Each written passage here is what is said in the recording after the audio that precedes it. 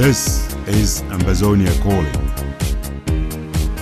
News, analysis, commentary, opinion, editorials. Ambazonia Calling is a co-production of Africa Freedom Network, the Missions Tribune, and Compass Free Press. Welcome. My name is Ntumfoyn Herbert, and I bring revolutionary greetings from our studios in Washington, D.C. to all of you, friends of Ambazonia and fellow Ambazonians on Ground Zero and across the globe.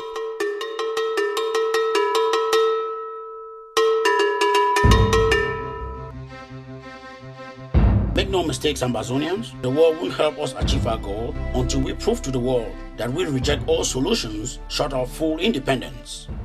This is Manjong Judambe. Ambazonians, beware of these fake leaders. They have done and continue to cause a lot of harm to this struggle. This is Willibrod Ade. Is Comrade Sako Ikome living a utopia? This is Divine Angel. This is the voice of Tiger One in Martin Ato. We are Ambazonians. Let no one drop his gun. There has been unanimous and outright repudiation of an announcement by Chris Anu by which he is calling off Mondego's towns through the month of December. I am Innocent Chia. What does it really mean to be a contender within the context of the Ambazonia liberation struggle? This is C. Ajimvo Ambe. Ambazonians cannot repeat the mistake which was made by our forebears in Fumba. This is the monk from Ibalikumato. Biya and his savages can win every battle and the war as well. Ambazonians are in this revolution to win the peace. This is Lambert Mbom. The disarmament program decreed by the Biya's regime just happens to be contributing towards the same goals that the IG-led and ASC implemented disarmament program seeks to achieve. This is Jude Agua Ozugen. What Cameroonians share in common is feeling cheated and abandoned, vulnerable to the lies and shameless false promises of a political snake oil salesman, Paul Biya, who in Senate times would have been laughed out of town. This is Tata Mentan. Come. Now, come on, illegal, take over. Today is the first. You can hear shooting. Yeah, you can hear today.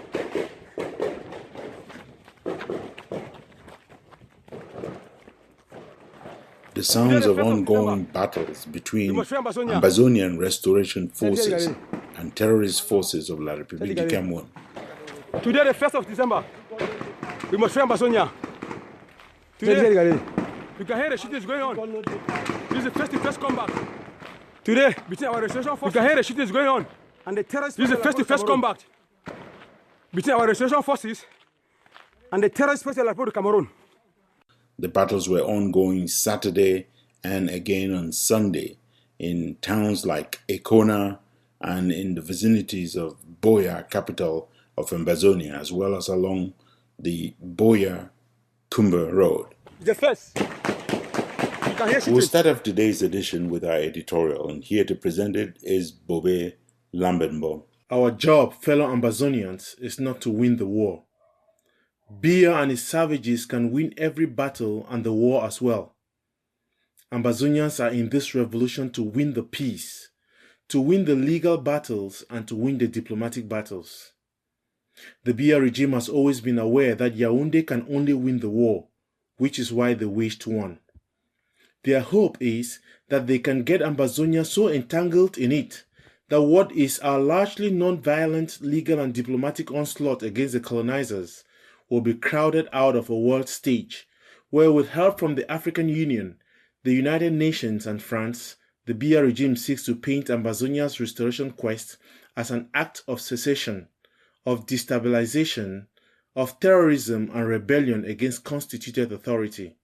The Franco-Cameroonian savages slaughtering Ambazonians should consider that they have already won the war. Yet, they must also note that any military victory they obtain will be useless. because defeat in the battlefield will not cause Ambazonians to surrender.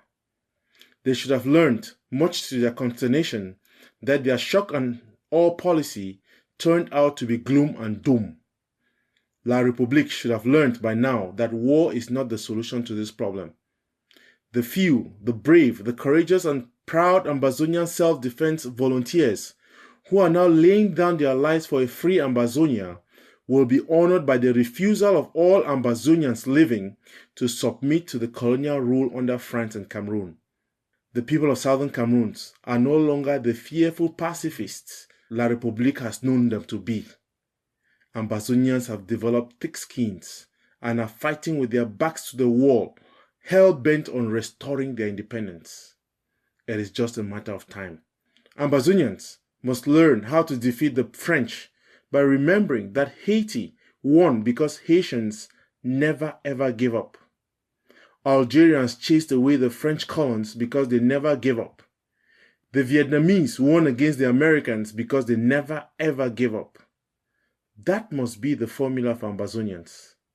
The French and their barbarian friends of Cameroon can kill all the Ambazonians they have bullets for, yet our people will and should never ever surrender. Just like the slaves never ever gave up until they had won their emancipation, Ambazonians will not and should not give up until the international community welcomes and seats Ambazonia as Africa's 55th independent nation. The daily slaughter of the bravest Ambazonian freedom fighters shall neither impose surrender nor resignation. France and the United Nations had better learn the truth. The so-called one and indivisible Cameroon is dead and buried. Never, ever shall Ambazonians sing the colonizers' anthem again. Never, ever will Ambazonians bow before their flag.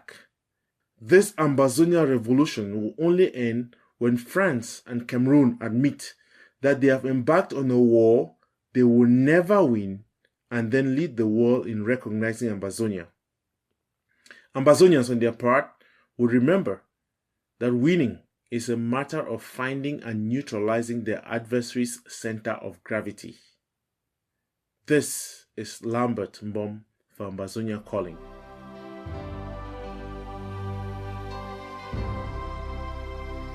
We must go and use every forum that we have to remind the world that the people of Ambazonia are being massacred and slaughtered on a daily basis, and the time has come for the world to rise, and that the world must now begin to speak about the question of Ambazonia and their right to self-determination. There are two Cameroons that came together.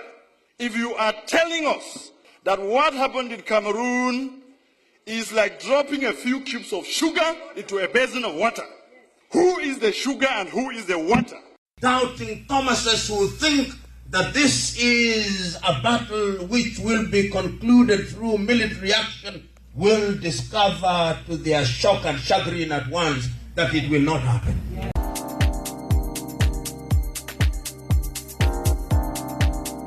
This is Ambazonia Calling. Still ahead in this edition, we have The Devil Unmasked with Professor Emmanuel Tatamenta. We have a winner for the Nyamfuka of the Week. And we are not done until we have heard our letter to Joshua. So stay tuned, kick back, relax, and enjoy Ambazonia Calling.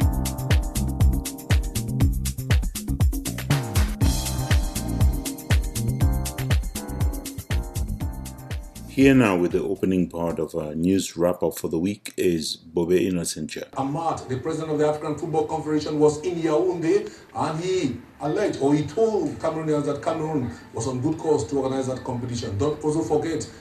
La décision est défavorable au pays des Lions indomptables. Le Cameroun ne sera pas organisateur de ce grand événement du football africain.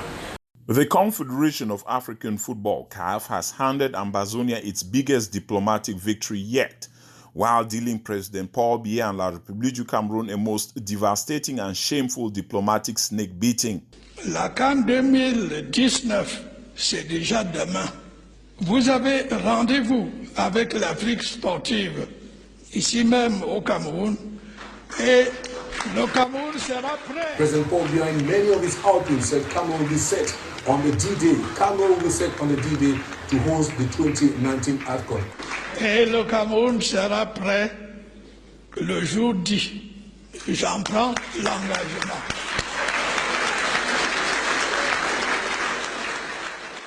For the first time in a lifetime, the organization has withdrawn the hosting of the African Cup of Nations from a country that had been awarded the honor. Dr. Larry Ayamba, head diplomat of the Ambazonia Governing Council, AGC, welcomes the decision, especially in light of a November 13th letter that his office penned to CAF. In my November 13, 2018 letter to Mr. Ahmed, the President of the Confederation of African Football, I didn't mince my words when I called on CAF to reconsider cancelling entirely the hosting of the African Cup of Nations AFCON 2019 football finals in Ambazonia and Cameroon territories because neither Ambazonia nor the Republic of Cameroon can guarantee the safety of the players, match officials, spectators, and fans who will travel from around the world to be part of these prestigious events. According to CAF rules and regulations, Cameroon's national team, Les Lions Indomptables, could be suspended from the 2021 and 2023 CAF competitions, in addition to Cameroon paying a fine of US $1 million. This remains unlikely because, in the language of its current rules and regulations, Article 92 and its 4 subsections specifically talk about the case of withdrawal. The key word here for litigation is withdrawal. Cameroon did not withdraw, it just got opprobrium of getting the competition yanked from it. La République du Cameroon's president, Paul Biya, has, without any negotiations, without any ceasefire, unilaterally issued an unprecedented decree for the disarmament of Ambazonian Defense Forces. The November 30th, 2018 decree comes exactly on the one-year anniversary of his unilateral declaration of war against the then unarmed Restoration Forces of Southern Cameroon. In an exclusive for Ambazonia Calling, Dr. Ebenezer Akwanga, Grand Commander of the Sokadef Forces and the President of the Southern Cameroon's Youth League, wasted no time in lambasting the decree as pure folly. I just listened to the presidential decree from Paul Bartolomé Biambi Vodo, the octogenarian dictator of La République du Cameroon that has annexed the Southern Cameroons for more than 57 years today. That Mr. Biya, whose atrocities compelled the people of the Southern Cameroons to defend themselves from his acts of brutality and barbarism, is passing a decree which implies that SOCADEF and all the other self-defense forces on the ground working towards the realization of the state of Southern Cameroons should disarm. I don't know whether Mr. Biya is thinking that we were compelled to carry up arms because of unemployment. No, Mr. Biya. The only reason we carry up arms is because we want peace. And you, Mr. Biya, told us that those who want peace should prepare for war. You declared war on us, and we said, okay, we want peace and we must fight back. So definitely, there is no doubt that that presidential decree is for the militia, which are being headed by Atanganji under your auspices. I just returned from Southern Africa, Lesotho, South Africa, Namibia. There is no single diplomat down there who is not aware of the existence of Atanganji's militia backed by the state of La République du Cameroon. So this whole notion of a presidential disarmament decree is not just laughable. It's an act of the highest peak of insanity from the Biya autocracy. Observers, including our team at Ambazonia Calling, long predicted staged surroundings on camera by the government-backed militias of ex-convict Paul Atanganji, Cameroon's Minister of Territorial Administration. According to Martin Chuo, leader of the dread Ambazonia Tiger Forces, no one is getting fooled and no tiger is laying down arms. There is no connection between Boko Haram and Ambazonian people. This link is brought because Biya wants to portray us to the international community as if we are a terrorist group. Ambazonia is a sovereign nation. Boko Haram is a terrorist group in the northern part of Cameroon, not inside Ambazonia. So it doesn't make sense why Bia should bring the link, the connection between Ambazonia and Boko Haram. We did not declare war on La République, but La République declare war on Ambazonians. We, the Ambazonian people, are asking you to pull out your terrorist forces on behalf of the Tigers of Ambazonia. We, the Tigers, here declare that we shall not put down our arms. We shall not surrender. We shall not be disarmed. We are ready to defend motherland till the last person standing. And I call on other fellow self-defense forces inside Ambazonia to stick to their guns until La République pulls back. We do not recognize presidential decrees inside Ambazonia. You can sign your presidential decrees for Boko Haram in the northern part of your country, but not to our fellow combat, our vanguards of this revolution inside Ambaland. We shall never respect any decree from La République du Cameroon, a neighboring nation. We are not part of Cameroon. We are not Cameroonians. We refuse to bear the name Cameroonians. We are Ambazonians. Let no one drop his gun. Ambazonians, if you have not been doing anything, stand up. This is high time. Everybody should step up, buy a gun or buy a carton of granite and give to our boys. We have to resist La République until there is no way for them to hide inside our country. We must push them out by fire, by force. Speculations arrived that this nth trick was another ploy by a desperately incapable regime trying to save face by showing the Confederation of African Football, CAF, that it had nipped security in the bud, and the security concerns highlighted in Friday's final unanimous decision to dump Cameroon from hosting the 2019 African Cup of Nations. Tensions are mounting within Ambazonian communities on ground zero and in the diaspora as persistent reports claim that officers of the United Nations High Commissioner for Refugees, UNHCR, are serving as spies to the Biya regime. A source that spoke with Ambazonia Calling on condition of anonymity said the UNHCR currently has 6 vehicles in Boya and has hired retired Cameroonian policemen, gendarmes, and army officers in several key positions within the organization. These former paramilitary officers are reportedly spying for the Army of Occupation at the expense of the United Nations organization. In light of consistent abusive conduct of La République du Cameroun forces in Ambazonia as well as in persecuting the war against Boko Haram, U.S. Senator Bob Menendez has called on the government of President Trump to conduct a thorough policy review of the U.S. decision to partner with Cameroon on counter-terrorism and insecurity assistance more broadly.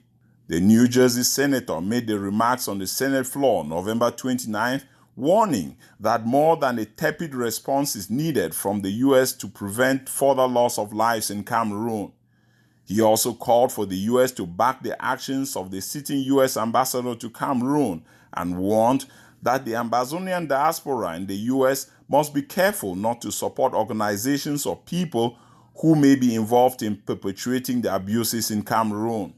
There is no doubt that a prominent social media activist who will be featuring in a fundraiser in Chicago has been blacklisted by the FBI as evidenced by what happened when he went to attend the funeral in Indiana of Charles Wesco, the American Baptist missionary who was shot and killed in Bamenda area early November.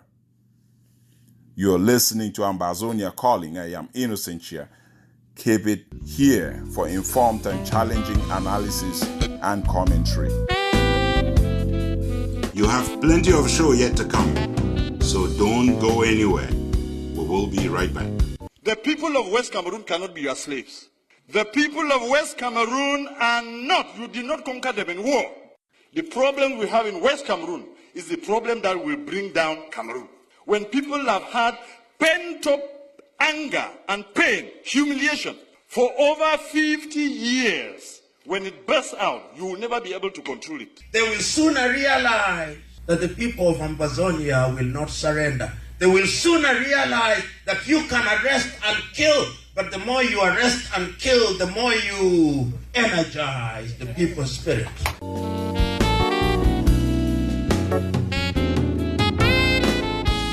Don't go anywhere, Bobecha. You've got the second part of our news wrap-up for the week.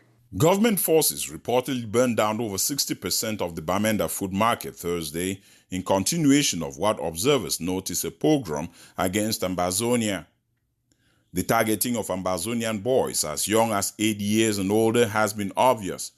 On Friday, forces of La République du Cameroon broke into a family home in Ekona, Southern Zone, shooting and killing an old man of over 80 years.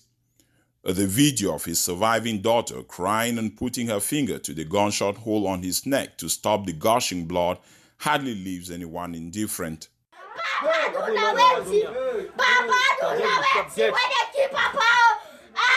By the friend Cameroon Army. How can they come now?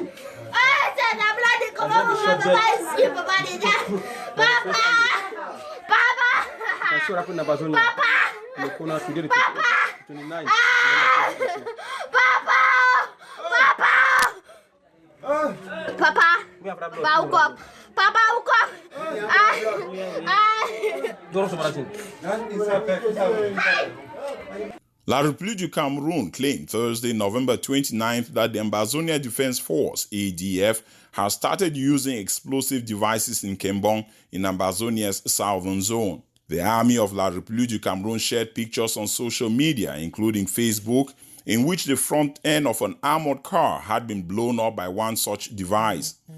Critical eyes have wondered how the military immediately concluded that it was the work of the ADF, as well as questioned how such damage to an armored car did not cause any bodily harm to the soldiers in the car. Many consider this as just another sorry excuse by La République du Cameroon to justify the random shooting that resulted in the death of Kenyan-born Reverend Father Cosmas Ondari last Wednesday. It will be noted that the Kenyan government has demanded a full investigation into the shooting death of Reverend Father Cosmas Ondari. Christian women from across BOYO State, Northern Zone, have raised their voices to God in prayer Wednesday at the culmination of a non-denominational event that was organized at the end of a pastor's conference. Over 300 women from all denominations observed the day of prayer with songs and prayers, asking God to intervene in their land, even as their leaders have turned their backs on the people and no longer have a fear of the Lord. Similarly, over 100 women came out on the day of mourning Thursday in Balinyonga, following last weekend's use of chemical weapons that killed over 50 Balians, as well as reportedly left hundreds more with rashes that have never before been experienced in the land. The women, dressed in sackcloth, gathered midday at the squares in Tanko. Fonsam Binglo Wan on Saw has been kidnapped by unknown forces yet again. The Fon was whisked off his palace Saturday midday, according to several eyewitness accounts. Whereas some sources are attributing the kidnapping to Amber Boys, it remains unclear why real Amber Boys from Saw would kidnap Fonsam Binglo Wan. Rather, there is every reason to show that the militias of Paul Atanganji and Philemon Yang, Minister of Territorial Administration and Prime Minister of La République du Cameroon, respectively, are organizing these kidnappings to humiliate funds that are not willing to cooperate with them, then organize mass surrenderings by their fake Amber Boys. They tried it with the fund of Bafut, but the 7 katas of Bafut did not fall for it.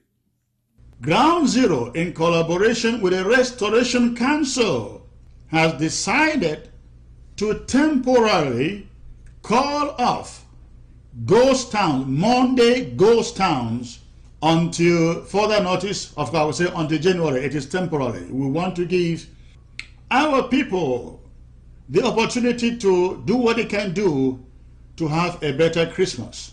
There has been unanimous and outright repudiation of an announcement by Chris Anu, the Secretary of State for the interim government of group, by which he is calling off Monday ghost towns through the month of December.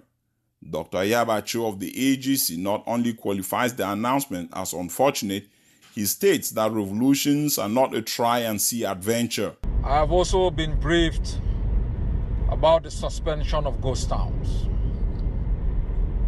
This is a tragedy in the making. This is a revolution.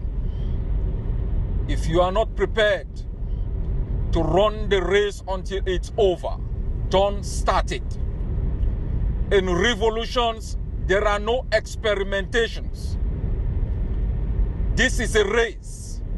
You begin it until it's over. It's not an emotional exercise where you get up one day and you feel sympathy, you have pity. We have gone through a lot for 57 years.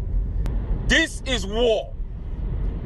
Anyone who does not understand what it takes to liberate a people should not get into it. The ghost towns are the only collective exercise that the Ambazonian people engage in. The right to self-defense being exercised by our people is being exercised by a cross-section of our population. One day a week, our population is reminded of the reason for which they are going through this tragedy. They observe a day as their own contribution towards the liberation of their homeland. The ghost towns must continue. Those in the diaspora, don't give up on demonstrations. Continue mobilization, Twitter feed, WhatsApp messages. Send messages to foreign ministries, the UN. This is a campaign. It is 24 hours, 7 days a week, 365 days a year until Cameroon evacuates from Ambazonia. There is no time to rest. There is no time to rethink.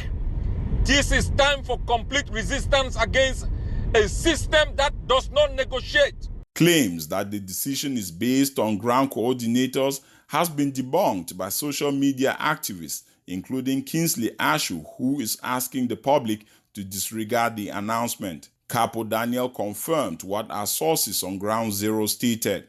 Country Sunday continue tomorrow. Ghost Town continues. This is Capo Daniel, your civil liberty activist.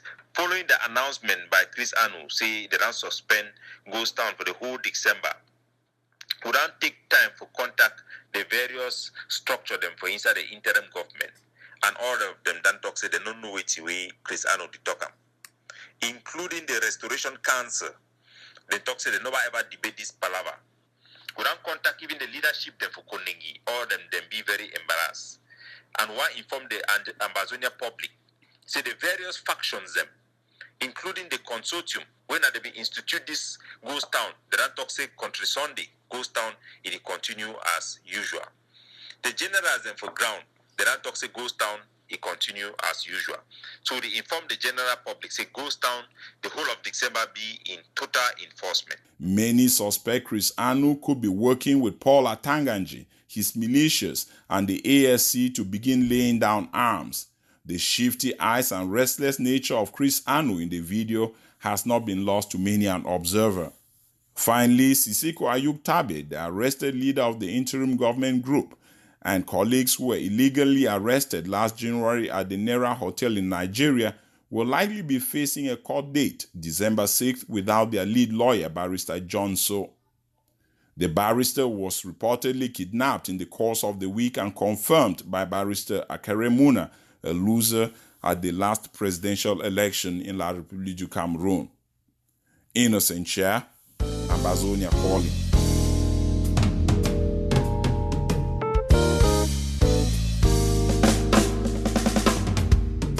Welcome to our special interview segment, The Devil Unmasked, The Truth Out.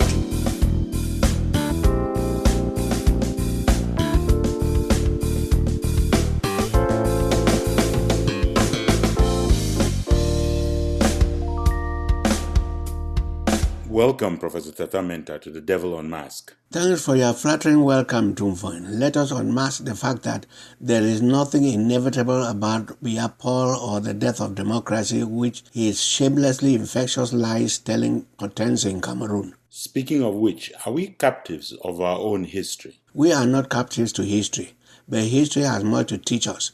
The historical lessons here are that the unthinkable is always possible, and that a political vacuum will always be filled by opportunists shamelessly parading infectious lies as a style of ruling. Biya's regime is an industry of lies. Is it easy to tell when Biya is lying and when he's not? Ntumfoyn, you can tell Paul Biya is lying when he claims he wants fairness for all.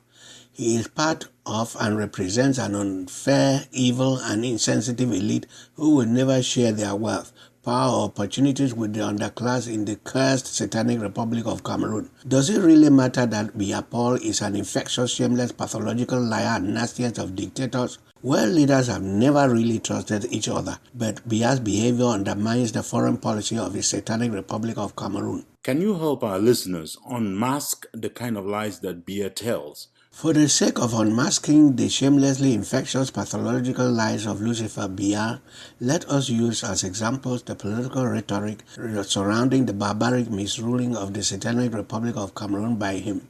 The first type of pathological lie by Biya Paul is the addiction of information.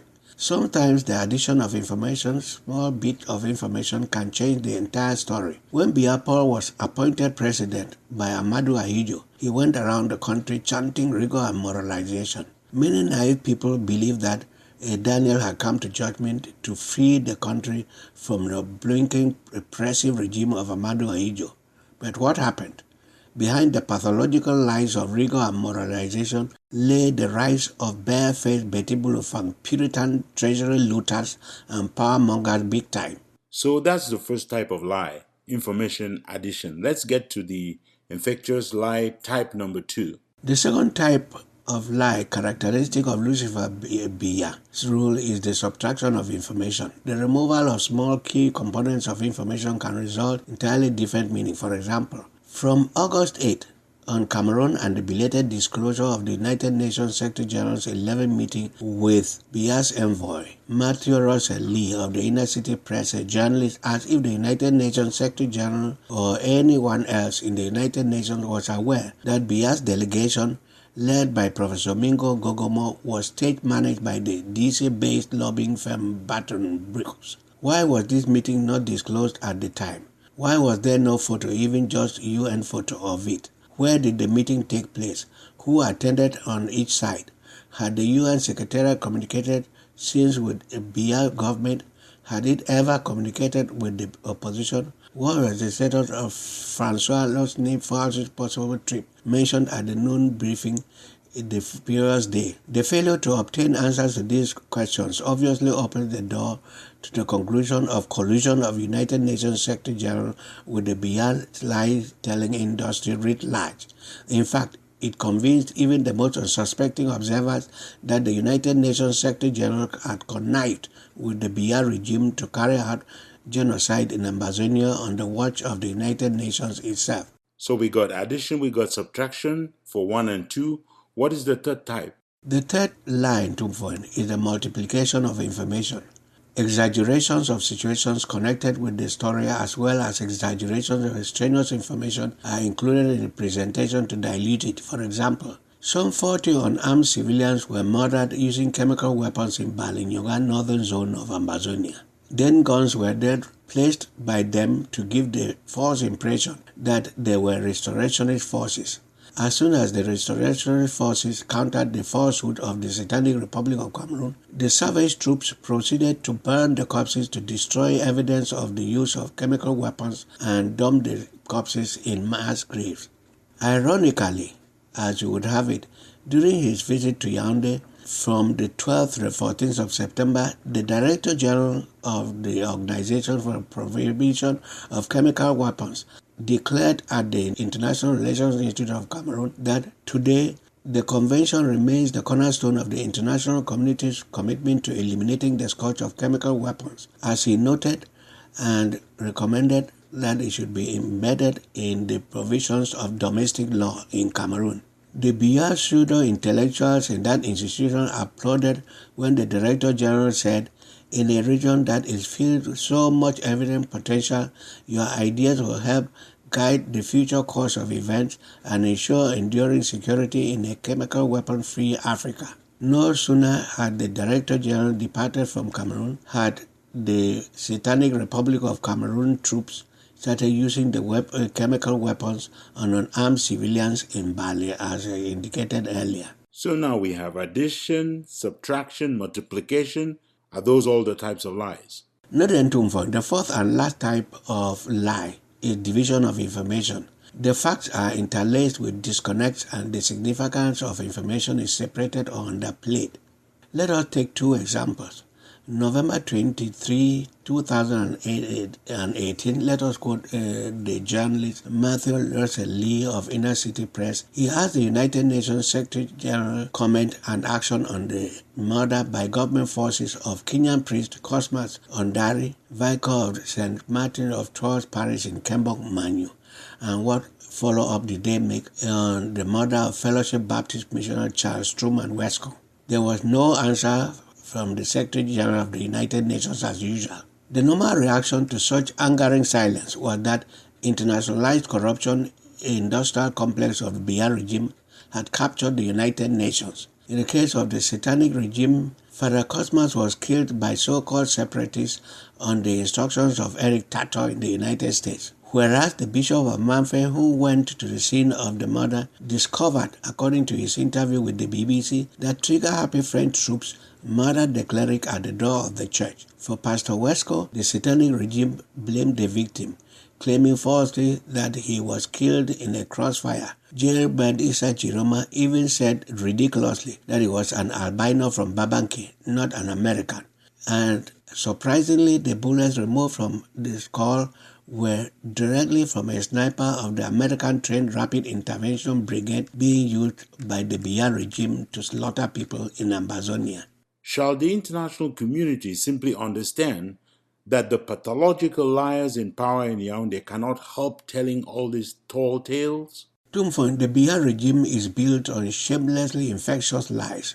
Whether it be about fake election observers claimed to be from Transparency International, Elections Without Choice scientists lying about autopsy reports on murdered bishops, other clerics, and lay human beings, even some religious leaders aren't above manipulating the scripture in the Satanic Republic of Cameroon. Unsurprisingly, the Satanic French Cameroon society has drifted in its direction of deception.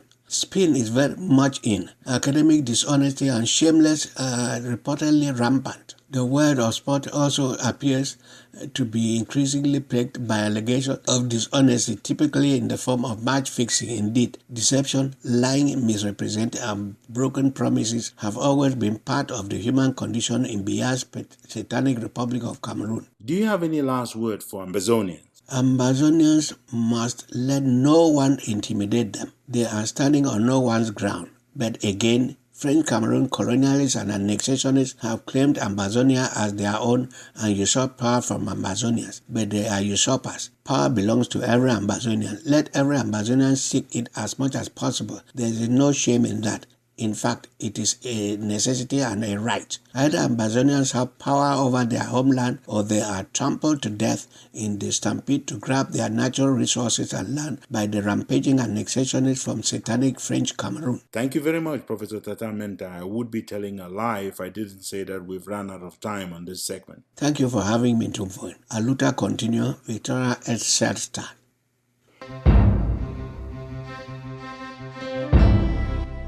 When injustice becomes law, resistance becomes a duty.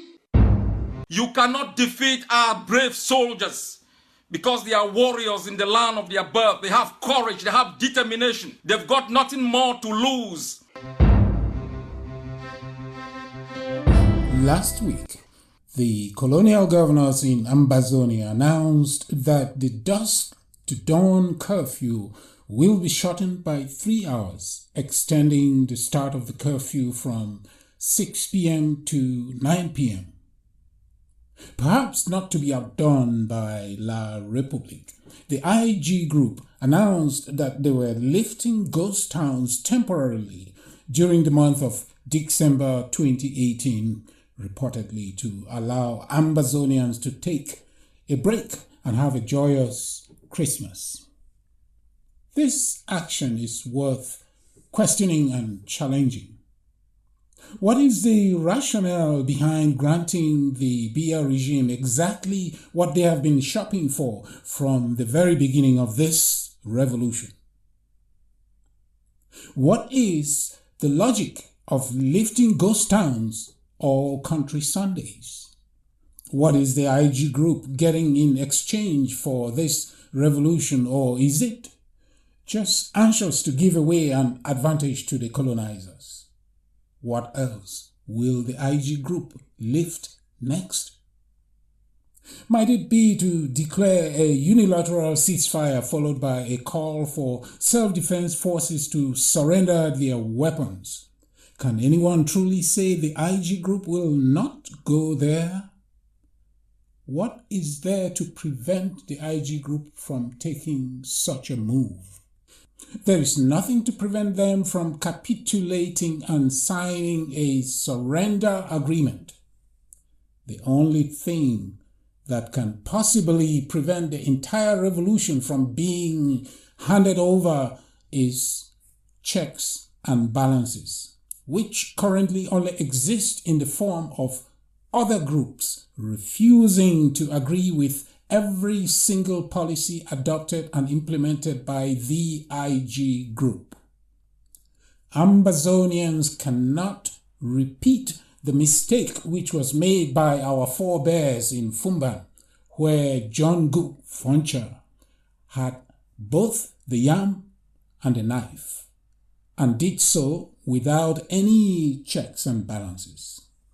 If Ambazonians care about their revolution, if they care about achieving full independence, they must agree the mechanism for ensuring that no single individual and no single group has the powers to take decisions that are so important for our collective survival. This is the monk from Ibalikumato, Vajukov himself, for Ambazonia Calling.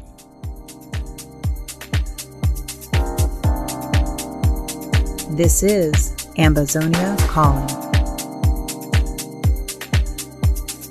Because you have your army of occupation out in West Cameroon, you believe that when the people will rise, even if you took the whole of the French army and added to yours, you will never bring them down. And I call on all Cameroon soldiers to lay down their arms within Ambazonia and to turn their arms against the very system that has made them slaves in the land of their birth. The tougher the revolution, the more challenging it is to find effective leaders. And as per Wilbert Ade now reports, it is so important that the people are not misled by weak or compromised leaders.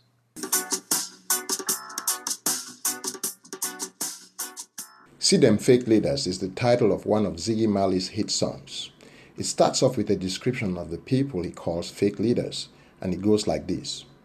See them fake leaders, in the place of power they sit, from religion to politics, riding a wave of fear, starting fires they don't care, making enemies out of friends, killing thousands, hundreds, and tens.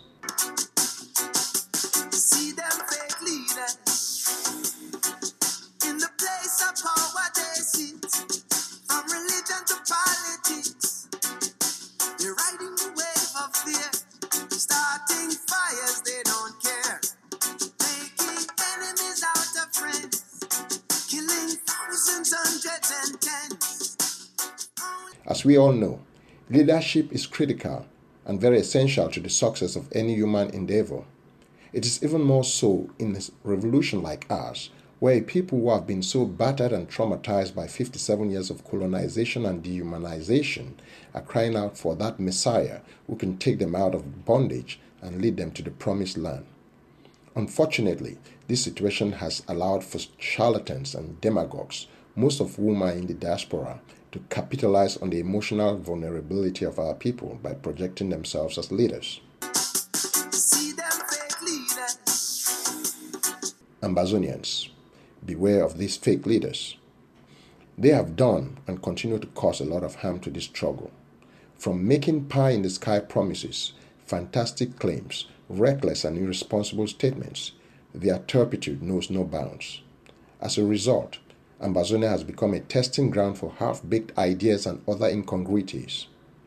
It is very obvious from the foregoing that these leaders have no vision or plan that can take us to the international recognition that we seek. That lack of a vision is one thing that the Bible warns us against in Proverbs 29 verse 18. In there it says, "Where there is no vision, the people perish." These fake leaders have promoted and encouraged activities that are detrimental to the very revolution they purport to lead. They have ordered the arrest, disarming and detention of other Ambazonian fighters who are not beholden to them. They have sabotaged attempts at creating a unified platform. They have encouraged the social media demonization of other Ambazonian leaders who disagree with them or challenge their tactics. They have even gone as far as making gullible Ambazonians believe that we can achieve recognition on our own without international help. How outrageous. These fake leaders are like the white man in Things Fall Apart, who have put a knife on the things that held us together, and we have fallen apart. At this rate, Bia just needs to sit back and watch us self-destruct. Talk about doing the enemy's bidding. As the saying goes, with friends like this, who needs enemies? Our prayer today is that the Almighty will imbue each of us with the spirit of discernment so that we can be able to distinguish the fake leaders from the real ones, as our collective future depends on it. This is Willibrod Ade for Ambazonia Calling.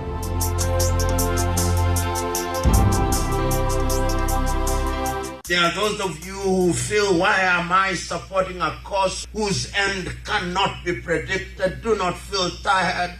There are those of you who think that the enemy is too strong. Do not feel tired. Those of you who read the Bible, the only reason why David killed Goliath is because while everybody thought that he was too big to defeat, David knew that he was too big to miss. And I have my own conclusion that indeed that is how we should feel. To come back to the one state is impossible because it doesn't work. We've seen it in Yugoslavia, we see it today in Cameroon. You can't put people who are so hostile to each other in one state. Ambazonia Calling has been reliably informed that officials at the African Union, the Commonwealth, and within the French government, the Israeli and British governments, as well as within the United Nations, have clearly communicated to the Biya regime their intention to turn a blind eye to the genocidal violence in Ambazonia. Here is Barrister Manjong Judambe. According to our sources, officials at the African Union and the United Nations have told colonial Cameroon that they will continue to consider the Ambazonia uprising as a domestic affair and one that should at best be addressed internally. These officials, according to our sources, also reassured the Biya regime that they will not bring action against Colonial Yaoundé no matter what happens in Ambazonia. The only thing these officials have asked of the Biya regime is for them to accelerate surgical attacks to win a decisive victory before more countries around the world take a growing interest in the revolution. As expected, France is leading the pack, holding down officials at the African Union and the United Nations from taking any action. France is also using its influence and considerable shares at international organizations like the African Development Bank, the World Bank, and the International Monetary Fund to bankroll loans, credits, and grants to Cameroon, targeting investments in Ambazonia. Such was the decision this week, granting funding for the much anticipated Bamenda Ring Road. The United Nations has committed to silence, criminal silence I must add. They will do nothing that Colonial Yaoundé does not approve of. The United Nations is looking to sponsor 4 main actions. They include the much talked about All Anglophone Conference 3, headed by His Eminence Christian Cardinal Tumi and supported by Federalists Dr. Munzu and Bala Agbonkongo. They are looking to support the demobilization, disarmament, and rehabilitation program. Ambazonia Calling has also been reliably informed that the United Nations is planning to support an international conference which is likely going to hold outside of Cameroon to negotiate an end to the crisis. And finally, the UN is hoping to use women mounted in several towns over the past few weeks to go out and lament in public the fate of Ambazonia. The UN's plan is to ignore every legal and diplomatic arguments Ambazonians are making with the goal of forcing Ambazonians to return to life in servitude, as was the case before the crisis. Should this happen, the UN is hoping to be able to throw its weight and support behind a decentralization program that will be tabled before Yaounde's colonial parliament in the coming weeks. In other words, the UN intends to replicate what it did in Eritrea, South Sudan, Bosnia, and Timor-Leste. That is, the UN intends to do absolutely nothing but work to please the evil, bribe-offering and gold status-sharing colonial regime of Mr. Paul Biya. This should not surprise any Ambazonian. Not at all. We expected the UN to betray our people. We expected the UN to fail to uphold its own resolutions. Our job, from the very beginning and forever, until our homeland is free and recognized as a nation, is to never surrender, no matter what happens, no matter the price, no matter how many of us may fall under the swords of colonial Yaounde. We are fighting against the entire world order. Our climb could not be steeper. Make no mistakes, Ambazonians. We are in this for the long, long haul. We will triumph in the end, but the world won't help us achieve our goal until we prove to the world that we reject all solutions short of full independence. We have our work cut out for us. This is Manjang Jude Ambe for Ambazonia Calling. What we seek is freedom, and we must conduct ourselves with the highest degree of integrity towards our friends and towards our foes. We cannot use the same methods that the occupier has used against us.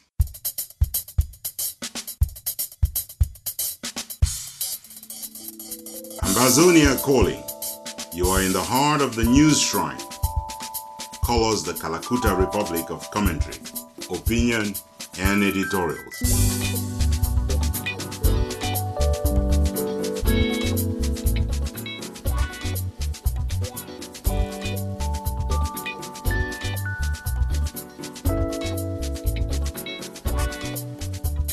Most Ambazonians are sickened by the mere idea that the Biya regime put together a demobilization, disarmament, and rehabilitation program without a ceasefire.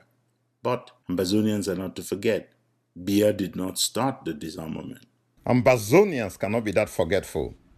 It is only yesterday that the forerunners of the Biya's disarmament program started being implemented across Ambazonia. As strangely as that may sound, it is not La Republique, but the IG group and its armed wing, the ASC, along with its councils, such as BOYO Council, under the county-by-county tribalistic approach that disarmament was first announced and implemented. Let no fellow Ambazonian ask you to drop his gun or for you to drop your gun. Let no one ask you to drop your gun. Don't drop your gun. I will go back to this because it surprised me when our forces were being attacked and then gun confiscated by fellow Ambazonian, AAC. I believe that the AAC now will stand up because what they did, confiscating our people's gun, I don't know whether this was what we already previewed, whether they were collecting our guns to go and hand in. It is not La Republique that demobilized, disarmed, and then arrested, charged, and condemned soldiers like General Aroke. It is not La Republique that used the MOMO cartel to disarm Ambazonian restoration forces that do not pledge allegiance to ASC. It is the ASC, with the blessings of the IG, that has been disarming self-defense units from NDIAN through FAKO to NGOKETUNJIA, BOYO, and DONGA-MANTUNG. The disarmament program decreed by the Biya's regime just happens, as if by accident, to be contributing towards the same goals that the IG-led and ASC-implemented disarmament program seeks to achieve. After disarmament, the Biya's regime will put restoration forces behind bars, but they will have learned from the ASC putting people like General Aroke in jail until the end of this revolution. Ambazonians need to decide who is for them, because those who are against you cannot also be for you. This is Jude Agua Ozugen for Ambazonia Calling.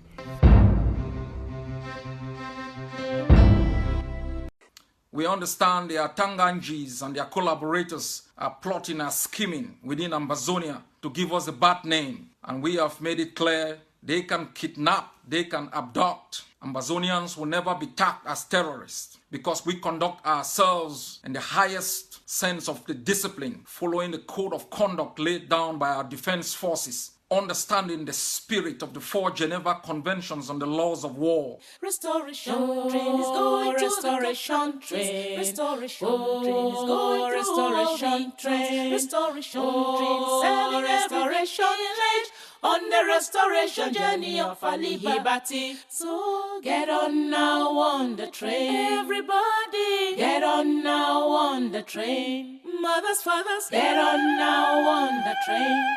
Children, get on now on the train. Sister, brothers, get on now on the train. Husbands, wives too, get on now on the train.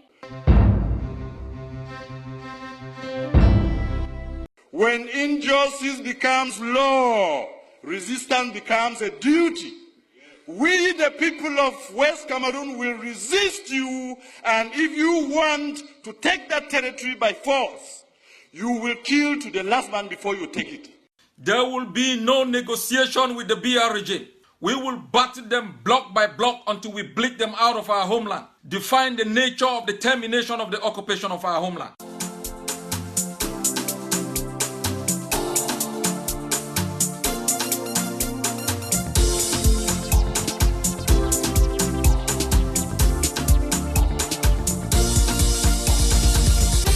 We don't do foolish, but when there are capital fools out there, we make it our duty to find them, and every week we crown one of them the Nyamfuka of the Week.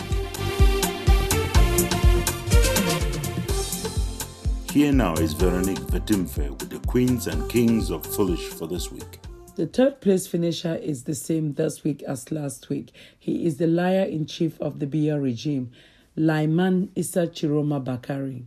After the Confederation of the African Football rescinded Cameroon's right to host the 2019 African Football Championship, Issa Chiroma led the colonizers in shedding crocodile tears and in blaming everyone else but the regime for thinking that colonial Cameroon could cheat on hosting the tournament the same way it cheats on elections with the help of ELECAM and the Constitutional Council.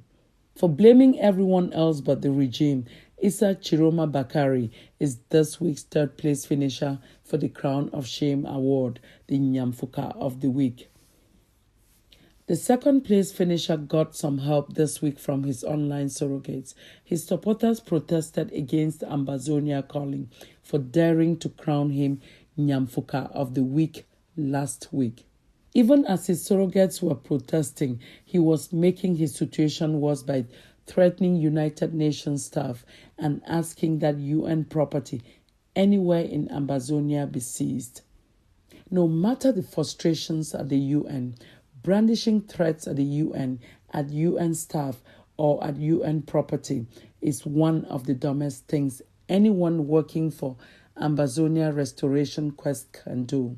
For putting the entire Ambazonia cause on the wrong side of the UN with threats, let alone calling off ghost towns in December, Chris Anu is this week's runner-up for the Crown of Shame, the Nyamfuka of the Week. The undisputable winner of the crown this week is the self-styled middle-class Southwesterner who shot to the top of the queenship of foolishness and xenophobia by spitting out a rant against Ambazonians from the northern zone based in the southern zone. We refuse to dignify the fool by even mentioning her by her name. And as with her mentor, Franklin Jume, we retire her to the dustbin of Nyamfuka forever. For playing the CPDM divide and rule game with such unequal stupidity, this sick in the head soul loser and classless woman goes straight into the Nyamfuka Hall of Infamy. This is Veronique Vetimfe for Ambazonia Calling.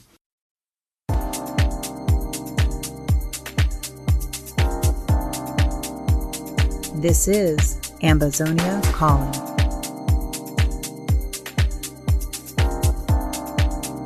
There was a time when any grievance raised by Ambazonians was treated with disdain and disgust by colonial Cameroon.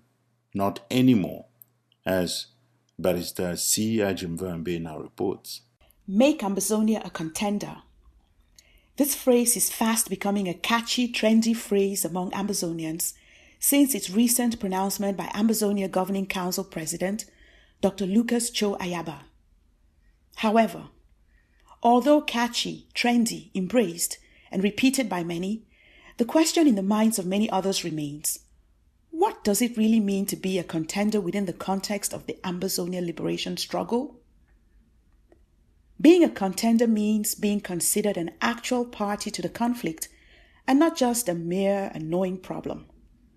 For the longest time, the Ambazonia liberation struggle was derogatorily and dismissively referred to by many in the international community and in the Cameroons as the Anglophone problem, an internal nuisance that was left up to the BOYO regime to resolve.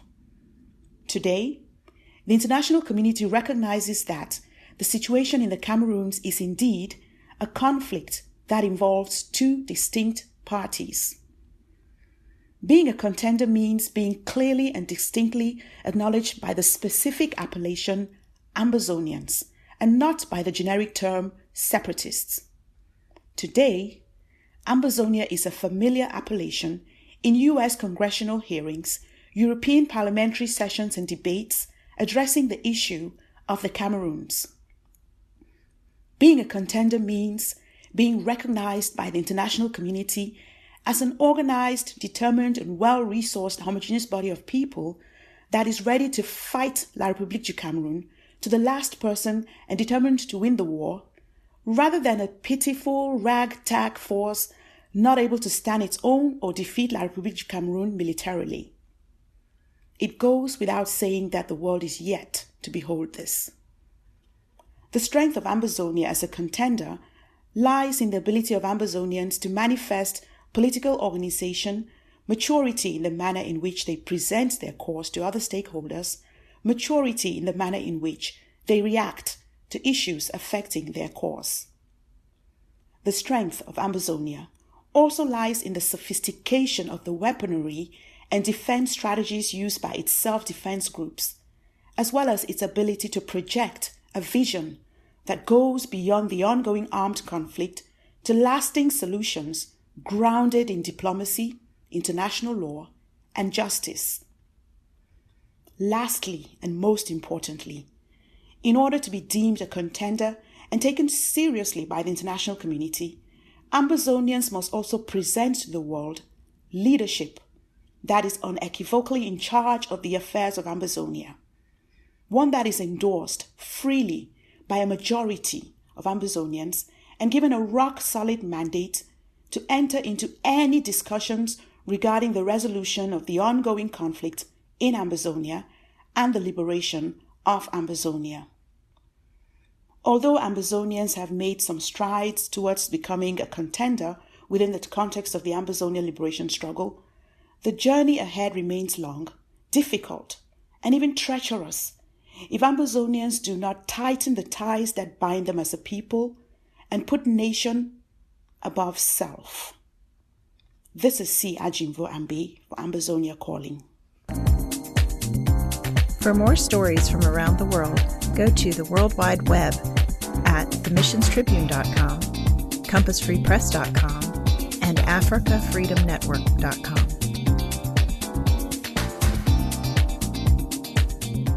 In a long write-up posted on social media, Comrade Samuel Ekomesako claims that leaders outside the IG group are begging to be integrated into his so-called interim government. How justified is such a claim is the question we pose to Ambazonia Calling's Divine Anje. It is not a polite thing to say, but it is hard to find a better word to describe what Comrade Sako has alleged.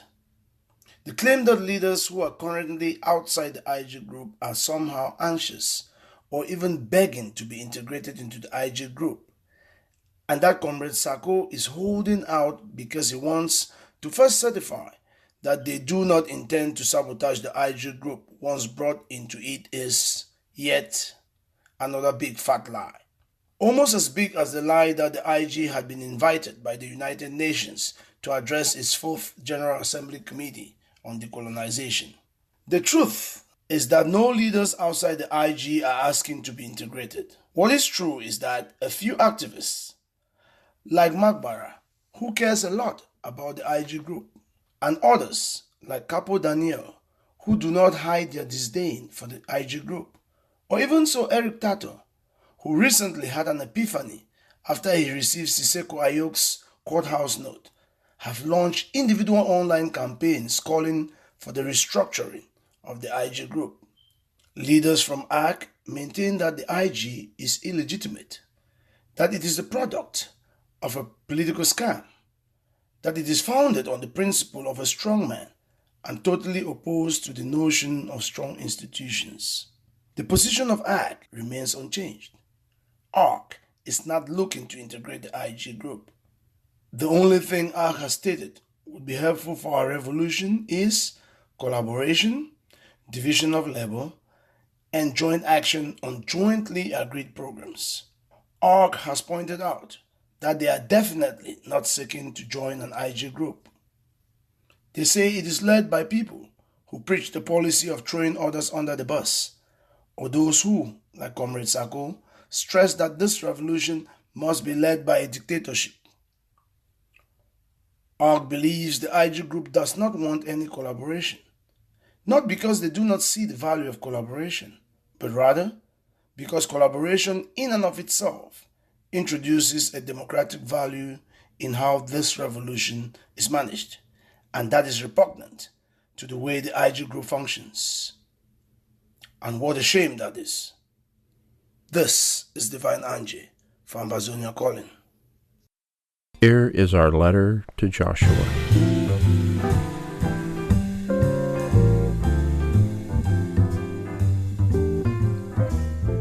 Dear Joshua, what a shame that CAF rubbish your image so badly this week. How much humiliation can an old man like you take? Why did CAF do that when you offered them all the same golden gifts that you traded for the approving silence of the United Nations, the African Union, and the Commonwealth? They got the same golden trophies. I mean, what is CAF trying to show? Are they showing that they do not take bribes? I mean, that cannot be, of course, given that the former president of CAF, your own countryman, just got condemned on corruption charges before a court in Egypt. Does CAF even know that the elections they organized in Accra, Ghana, was done in violation of the democratic procedures of the Republic of Bread and Sardine? They should have allowed Elekam to organize the ballot. They should have also allowed the Constitutional Council to determine who has finally won. Even when you lose, we know that you always win.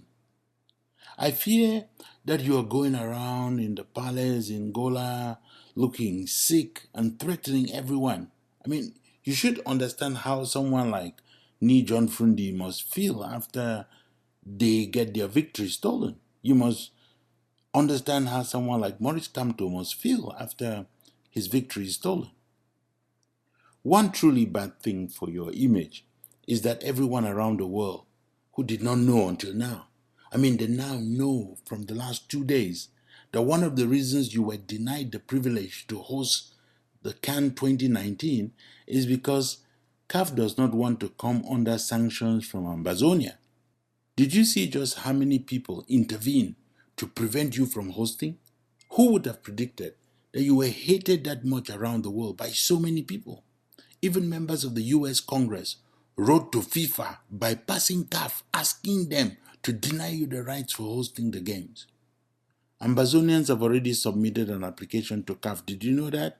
And one to FIFA as well, seeking admission as a separate country and a separate people, the same way that the people of Zanzibar have been admitted to CAF, despite the fact that Tanzania is also a member there.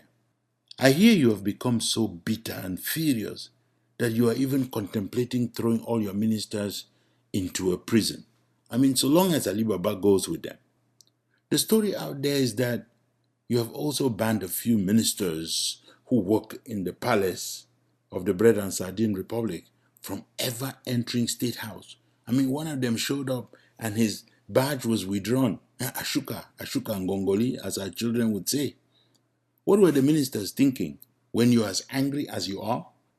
When you need to go to Switzerland like for 2 months to take some rest and recover from what is such a huge humiliation from the one person who thought, I'm hosting the Continental Football Bonanza, everything is going to be footballissimo here. And all of a sudden you got nothing. You don't even have the final of the Cup of Cameroon. I'm wondering how heavy your head has grown just these last 24 hours. It must be dreadful. How are you even going to walk around with your head high after disgracing yourself so royally? I mean, please don't be consoled. I mean, don't even try. Don't listen to CAF telling you that the Republic of Bread and Sardine can host the tournament in 2021. I mean, hear this from me if you have not heard yet. At least one serious contender, Côte d'Ivoire, launched the construction of stadia yesterday, Saturday. They are already working on their stadia. Even after just the first day, they probably are more advanced than your country, Joshua. Their goal in Abidjan, or is it in Yamoussoukro, is to pull the carpet from beneath your feet again by completing the building of their infrastructure way ahead of time. Now, that means they will enter a serious bid for the 2021 games. And because, you're still going to have Ambazonians and we're not going to let you alone, there's no way you're going to have those games unless you and your grandson, Manu Macron, you let our people go. Who told you that building stadia and infrastructure to host the Africa Cup of Nations is the same thing as supervising or personally supervising the building of the ring road? I mean, you promised that one in 1983. And it looks like you just managed to bribe your way through a loan at the African Development Bank that's supposed to build the ring road for Ambazonia. I mean, do you think we're going to be an underdeveloped nation, Ambazonia? And we know the kind of roads that you construct, Joshua. We don't want a road constructed by you in our country. And one last thing. What were you thinking when you initiated that disarmament program? Do you want to disarm soldiers of La République or you want to disarm Ambazonians? There is an international border, Joshua. You better stay in bread and sardine country and you leave Ambaland alone.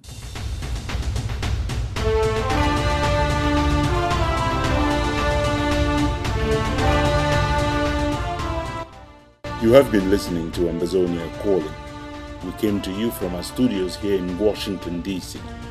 Our producers today, Jeff McCoy, Logistics, Joe Costa, and Krista Cunningham. Our music is from Ken Wanapu, the monk, from Balikumato Vatsukov himself, from William Ford, an Amber music star of blessed memory, from Eric Matisse on the web at soundimage.org, and from Prince Ajua Alem of Ajam Sonicatron, USA. Ambazonia Calling is a joint production of Africa Freedom Network, the Missions Tribune, and Compass Free Press. You can find us on the web at missionstribune.com, at compassfreepress.com, and at africafreedomnetwork.com. Next Sunday is another date. Until then, keep the spirit, keep the faith, keep up the good fight for justice and independence for Ambazonia. Stay Amba strong.